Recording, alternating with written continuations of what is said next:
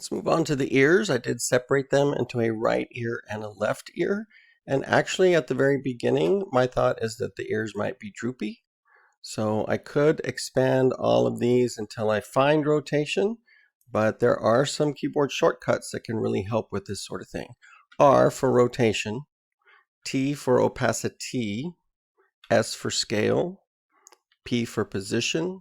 So you don't have to expand these very far in order to get to the things that we want. I'm just going to rotate these ears. You can see the 0x is the number of times it's going to spin around. We just want to drag this to the right and make the ear a bit droopy right here.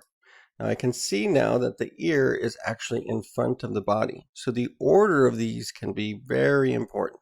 I'm going to bring that up here so that the body is now hiding this ear as well. Let me take the other ear, R for rotation, and I'm going to have that one go down. Now it may be time like, okay, so does that look okay? It's a little bit large. Do I want to move that so that the rotation is a little more even? We'll see how that works. So I'm going to keyframe the rotation. Go forward in time. Let's do about 2 seconds for a slow perk up. And then I can bring this back to 0 on both of them. And we'll be back to the original position. But notice how this ear is now in a different position. So you have to be careful with moving things from where they started out. Best to just have that done ahead of time. So I'm going to just kind of move this back to an even part and then back up to the rotation. You can see that that takes a really slow ear perk, and we may not even want our original position. We may want that to go up even higher to show extreme alertness. Let's take a look at that. I want to show you a little trick here, which is to select more than one. Let me Control Z undo because I moved that a little bit. I'm going to click on that and then Control click or Shift click on both of those. So I've selected both of those keyframes, and I'm going to right click and choose Keyframe Assistant. And I'd like to just use the easy ease. It will figure out whether it's coming in or leaving. So at first it's going to just whoop, and then it slowly comes to a stop. So that can be extremely helpful to just have it take care of the acceleration and deceleration for us. It may not be what you want, but that is going to come in handy in a number of cases today. So that's the ears going up. Let me just do another one with rotation, looking at these tentacles here. So let me take a look at the tentacles. So I'm going to just press R and R and R. Fit this back up to 100%. So I can really see those. Spacebar giving me the ability to pan around. I'm thinking I'll have them kind of swim forward to backward, which means I'm going to need to rotate these.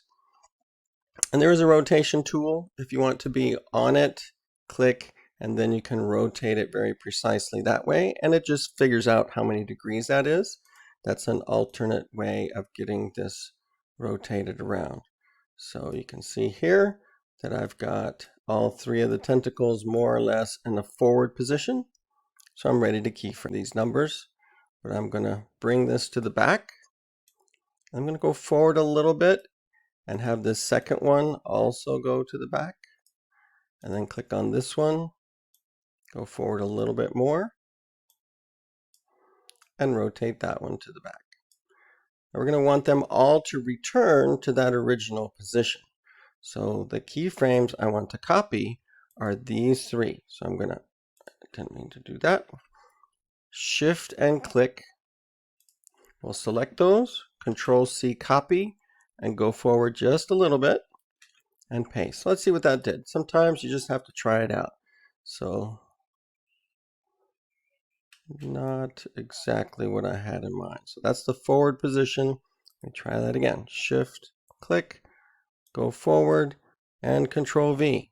So notice what's happening. I'm not able to copy keyframes from all 3 tentacles at once. Instead, I've now got tentacles 4, 5, 6, 7, 8, 9. So let's Control Z undo that a couple of times. So what you have to do is copy these individually.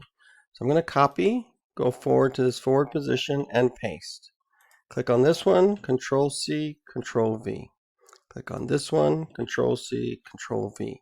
So now I've got a very different animation where these are all going forward and then going back. So you just want to experiment, try and get a swimming kind of movement. Then we would want that last tentacle to start moving sooner rather than later.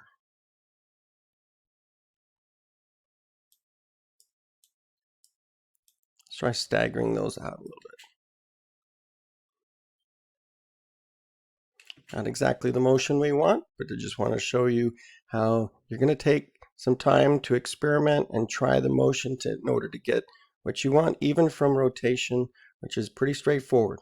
Once we start doing some of the other kinds of animation, it can get more complicated than that.